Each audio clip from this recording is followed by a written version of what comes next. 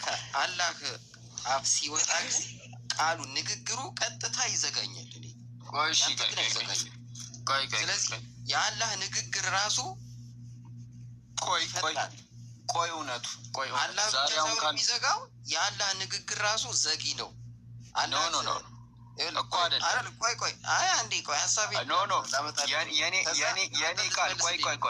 የኔ ቃል ዘጊ ነው ወይስ ዘጊ አይደለም? ዘጊ አይደለም። እሺ በቃሌ ላይክ ይሄ እኔ የተናገርኩት ቃል ለመዝጋት ስሞክር የነበረው እኔ ነኝ ወይስ ቃሌ ነው? አንተም ቃልህም ነው እኮ ሊዘጋ የሞከረው። እኔ ነኝ እንጂ እኮ አንተ በቃልህ እኮ ነው ልዘጋኝ የሞከርከው። ስለዚህ እኔ ብቻዬን አይደለሁም፣ ቃሌም ብቻውን አይደለም። እኔ በቃሌ ያንተን ልሳን ልዘጋ ነበር አይደለም? አዎ አንተ በቃልህ። ስለዚህ ቃሉ የማን ነው? ከአንተ ነው የወጣው። የኔ ነው ከኔ ነው የወጣው። የኔ ነው ይነጣጠላል እኮ። ይኸውልህ ምን መሰለህ አሁን እዚህ ጋር ፖይንቱ ከአካል ቃል ወጣ አይደለ? አሁን ያ ቃል ሄዶ ምን ያደርጋል? ያንን ሰው ይዘጋዋል እኮ። ማን ነው እንዲዘጋ ያደረገው? ያ አካል እኮ። ያ አካል ታዲያ በቃሉ ነው የሚዘጋው ኢንስትሩመንት። አዎ ስለዚህ አካሉም ዘጊ ነው፣ ቃሉም ዘጊ ነው። መዝጊያ ነው ቃሉ እንጂ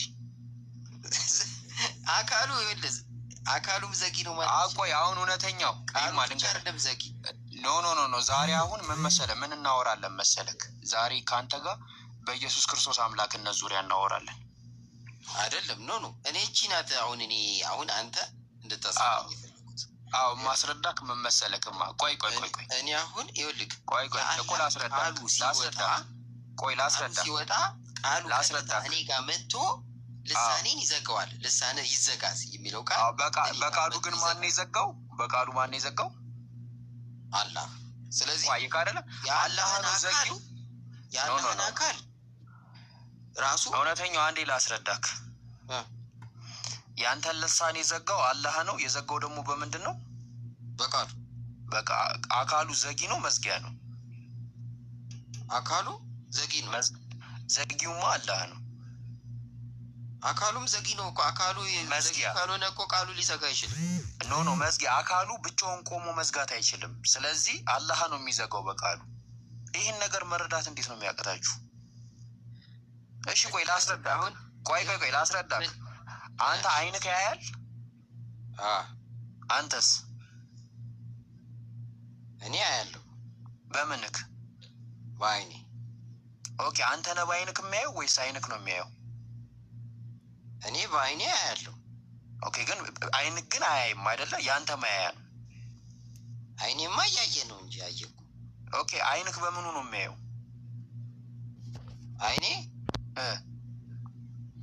አይኔ ከኔ የወጣ ነው፣ ከኔ የተገኘ ነው።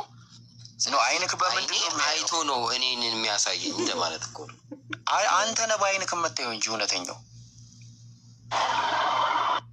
እንዴት ነው ይሄ ነገር? በጣም እሺ ቆይ አንተ ነህ የምታወራው? ቆይ አንተ ነህ የምታወራው ወይስ አፍክ ነው የሚያወራው? እኔ ነኝ የማወራው። አፍክስ? አፍህም ማለት ይችላል። አፍክ ያወራል ወይስ አንተ ነህ የምታወራው? አፍህም ብትል ችግር የለውም። አንተ ብትል ያው ነው። አንተ ነህ በአፍክ የምታወራው እንጂ አንተ በአፍክ ታወራለህ። አንተ አውሪው ነህ። አፍክ ደግሞ የአንተ ማውሪያ ነው።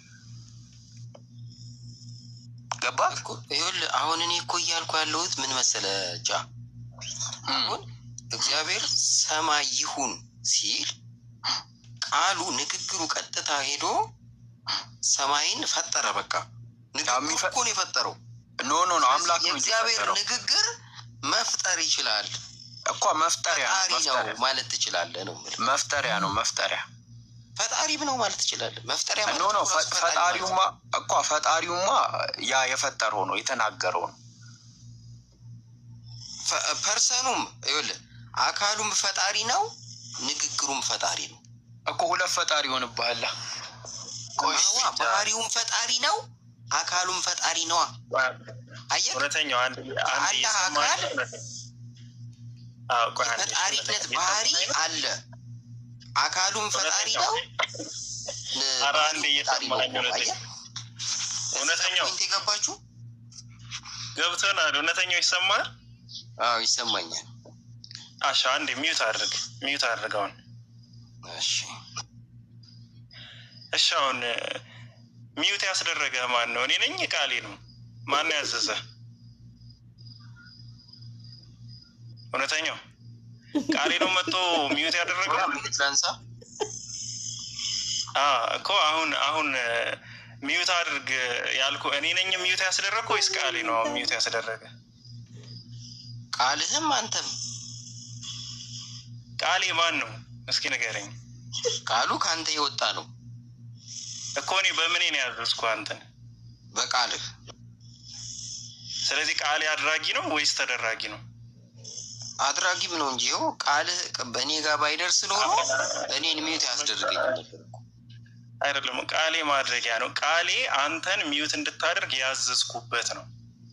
አሁን ለምሳሌ አንተ ይኸውልህ ፒኬ አረቆይ ምሳሌውን ባቆይ በልብህ ሚዩት አድርግ ብትለኝ ኖሮ ሚዩት አደርጋለሁ። ታደርግ ነበር? አታደርግማ? አላደርግም። ስለዚህ ቃልህ ራሱ አድራጊ ነው። አንድ እውነተኛው በቃሌ አዘዝኩ አይደል? አዎ። ቃሌ ምንድን ነው? ማዘዣዬ ነው ቃሌ አይደል? አዎ እኮ በቃ ይዋለቀ። አዛዡ እኔ ነኝ፣ ታዛዡ አንተ ነህ። ማዘዣዬ ደግሞ ቃሌ ነው እኮ። ማዘዣ እኮ ነው ሚዩት ያስደረገኝ። ማዘዣ አዛዡ ግን አይደለም። ላይክ አዛዡ አይደለም ማዘዣ። አዎ አየክ፣ አዛዡ አካል አለ፣ አካል ፐርሰን ነው። አዛዡ አምላክ ነው። ይኸውልህ አካልህም አምላክ ነው። ከአንተ የወጣውን ባህሪህም አምላክ ነው። አንድ እውነተኛው አዛዡ እኔ ነኝ አይደል? እንግባባ። ታዛዡ ማን ነው? ቃልክ። ታዛዡ ማን ነው? እኔ ኦኬ፣ እኔ ነኝ። እሺ ማዘዣ የማን ነው? ምንድን ነው ማለት? ቃልህ። እሺ ወደ ፈጣሪ እንውሰደው። ፈጣሪው ማን ነው? ፈጣሪ ፐርሰኑ ነው፣ አካሉ ነው፣ እግዚአብሔር። እሺ ተፈጣሪው ምንድን ነው? ሰማይ። መፍጠሪያውስ? ቃሉ። በቃ ይህን እኮ ነው ጃሲ ላይ የነበር እስካሁን እኮ። ልክ ነህ እኮ። አሁን ይኸውልህ ቃል ፈጣሪ አይደለም። ፈጣሪ ሰማይ የሚሆን ይሁን የሚለው ቃል ከእግዚአብሔር አፍ ሲወጣ ያ ቃል ሰማይ እንዲሆን አድርጓል። እውነተኛው ቃል መፍጠሪያ ነው ወይስ ፈጣሪ? ቃል መፍጠሪያ ነው ወይስ ፈጣሪ ነው?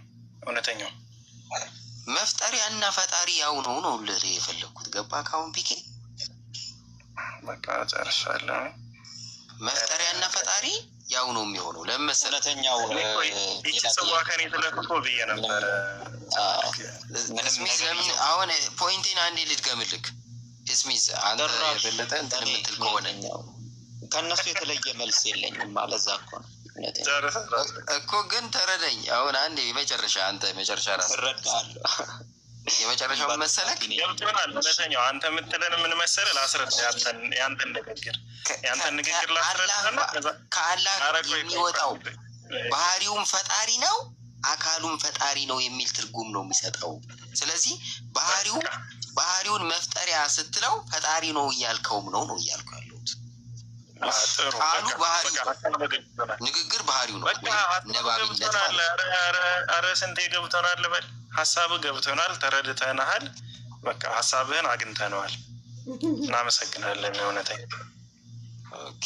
ከዛ አንጻር እንደዘክላህ ቢኬ እንትን አልከን እንደመደምክልን። ኦኬ ሌሎች ክርስቲያኖች ካላችሁ እናስገባ እስቲ። እውነተኛው እስልምና ላይ ጥያቄ አይ ቲንክ ትጠይቃለህ እንደ እስልምና ላይ